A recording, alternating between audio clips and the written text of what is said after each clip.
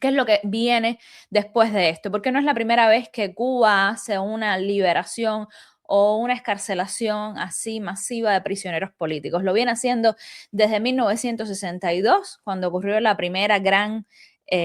liberación de presos políticos de los de la Brigada 2506, y desde entonces ha venido utilizando los presos políticos como moneda de cambio para obtener distintas facultades o obtener distintas concesiones de los distintos gobiernos democráticos con los que ha tenido que negociar. Ha sido el caso sobre todo de Estados Unidos y de la Unión Europea, cuando la Unión Europea tenía la posición común, y el levantamiento de la posición común fue en gran medida gracias a una serie de concesiones que hizo Cuba, entre ellas la liberación en su momento de los prisioneros políticos que quedaban de la Primavera Negra entre 2010 y 2011, con intermediación del gobierno de España y la Iglesia Católica. La Iglesia Católica siempre en este tipo de procesos ha cumplido un rol central, siempre. Recordemos que desde la primera visita del Papa Juan Pablo en los años 90, se realizó un proceso también de liberación, un indulto de presos políticos. Se presentó, por supuesto, como un indulto mayor, porque no solo se liberaron presos políticos, se liberaron prisioneros en general. Las cárceles de Cuba están abarrotadas,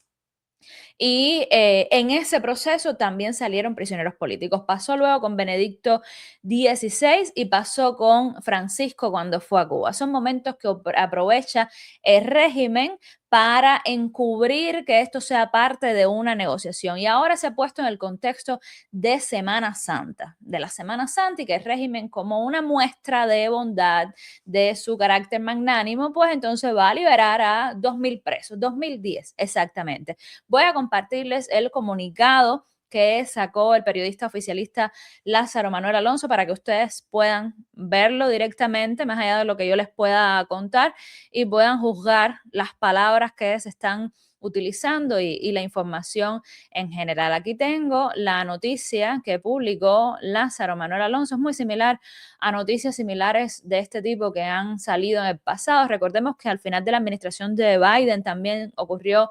una noticia similar, un anuncio similar que estuvo asociado a la retirada de Cuba de la lista de países patrocinadores del terrorismo, y en ese momento la Cancillería cubana también salió a decir esto es una decisión soberana de Cuba, no tiene nada que ver con presiones, o sugirió que no tenía nada que ver con presiones, pero bueno, fue algo inmediato a la retirada de Cuba de la lista de países patrocinadores del terrorismo, que luego Trump revirtió como decisión. Dice la nota de Lázaro Manuel Alonso que tengo aquí en pantalla y que ustedes pueden ver, que esto forma parte de un proceso de otorgamiento de beneficios penitenciarios establecidos en ley y en correspondencia con el artículo 90, inciso 2 de la Constitución de la República, y que se decidió poner en libertad a 2.010 sancionados a través de un indulto aprobado por el gobierno de Cuba. Este gesto humanitario y soberano partió de un análisis cuidadoso de las características de los hechos cometidos por los sancionados, la buena conducta mantenida en prisión, el hecho, me imagino que haya puesto aquí, aunque esto está un poco mal redactado, haber extinguido una parte importante de su sanción y su estado de salud. Es por ello que en el total de excarcelados aparecen jóvenes, mujeres, adultos mayores de 60 años, los que arriban al término de libertad anticipada en el último semestre y próximo año, así como extranjeros y ciudadanos cubanos residentes en el exterior. Para la conformación de la lista de indultados se descartaron aquellas personas que cometieron delitos de agresión sexual, pederastia con violencia, asesinato, homicidio, drogas, hurto y sacrificio de ganado, robo con violencia o fuerza, con la utilización de armas o menores víctimas, corrupción de menores, delitos contra la autoridad, reincidentes y multireincidentes, y algunos que fueron beneficiados con indulto anteriormente y cometieron nuevos delitos. Se trata de la segunda excarcelación de personas privadas de libertad del presente año en el contexto de las celebraciones religiosas de la Semana Santa, que constituye una práctica habitual en nuestro sistema de justicia penal y de la trayectoria humanitaria de la revolución. Este es el quinto indulto que realiza el gobierno cubano desde 2011, con los que se han beneficiado más de 11.000 personas. Fíjense también cómo hay un esfuerzo en destacar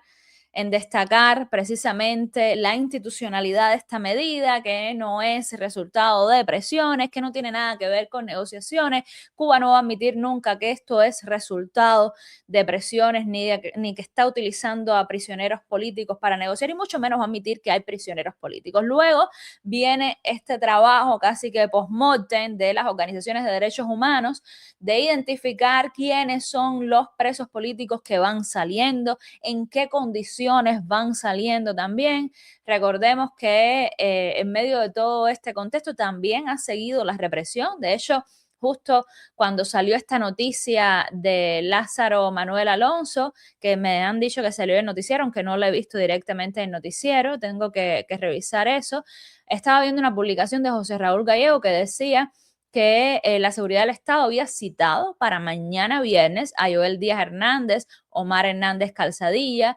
Adrián Rodríguez Moreira y Miguel Díaz Sosa, que los 4 son manifestantes del 11J de San Antonio de los Baños, que fueron excarcelados el año pasado a raíz de las negociaciones del régimen cubano con el Vaticano y la administración Biden. Dice Gallego que ellos publicaron en redes sociales una foto pidiendo la libertad del también manifestante del 11J, Denis Hernández Ramírez, recientemente revocado a prisión de manera arbitraria, y que parece que estas citaciones están relacionadas con ese llamado de ellos a la liberación de Denis Hernández. Gallego además dice que esto ocurre en un contexto en que el régimen cubano está aumentando vertiginosamente el número de personas encarceladas por motivos políticos, mientras intenta engañar al mundo con una liberación limitada de 51 prisioneros. Se está refiriendo a los de hace par de semanas, que apenas ha llegado a una veintena de presos políticos excarcelados. Por supuesto, la cifra que tenemos ahora mismo delante, 2010 exactamente, es una cifra gigantesca, pero esto hay que verificarlo constantemente, porque no es la primera vez tampoco que el régimen cubano anuncia que va a liberar a miles de personas y luego no libera a esa cantidad de personas que promete. Hay que ver quiénes están entre estos prisioneros políticos. A mí me parece que esa nomenclatura también nos va a revelar mucho de qué es lo que está detrás, porque no es lo mismo los presos que han ido sacando de las negociaciones o de las conversaciones pasadas, porque ellos dicen que no son negociaciones oficiales, que si sacan a presos de mayor visibilidad, como podrían ser, por supuesto, Luis Manuel Otero Alcántara, que está a punto de terminar su sanción, que de hecho ya podía ser sacado de la cárcel por buen comportamiento, según lo que han explicado defensores de derechos humanos, y también Michael Castillo, que son de las 2 personas más reconocidas de los presos políticos que quedan en Cuba. Está también Félix Navarro, que es de la Primavera Negra y que volvió a prisión tras el 11 de julio. Y su hija también, que es dama de blanco, Saily Navarro, está en privación de libertad. Ferrer era otro de los presos políticos más renombrados, pero salió al exilio hace ya un par de meses y se encuentra aquí en Estados Unidos junto a su familia. Entonces, hay que ver quiénes son los prisioneros políticos que van a salir en este proceso, hay que ver en qué condiciones salen, hay que ver una vez que salgan qué es lo que sucede con ellos, porque no sabemos si saldrían directamente al exilio, si se quedaría en Cuba, si se quedan en Cuba, bajo qué términos. Félix Navarro, por ejemplo, nunca ha querido irse de Cuba. Él tuvo la oportunidad de irse en las negociaciones de 2010-2011 y no quiso irse de Cuba y se mantuvo en Cuba no solamente de manera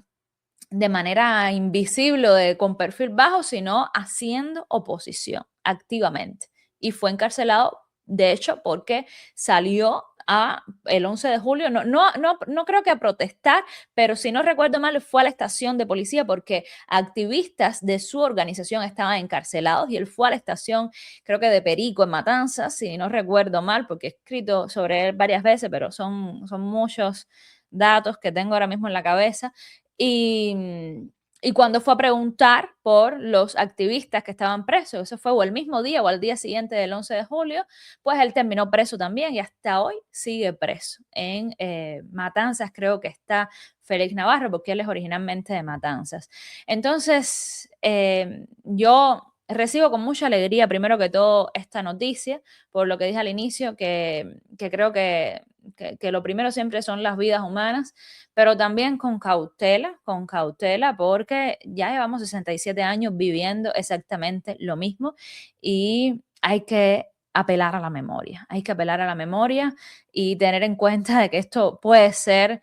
otro ciclo más donde veamos unos que salen mientras otros siguen entrando a prisión, porque como ya vimos en esa denuncia, solo por poner un ejemplo, ya mañana hay 3 manifestantes del 11J que habían sido escarcelados, citados por la seguridad del Estado. Entonces, son cosas un poco contradictorias, confusas, y por eso yo sí sugiero que celebremos, porque hay que celebrar, pero al mismo tiempo con prudencia.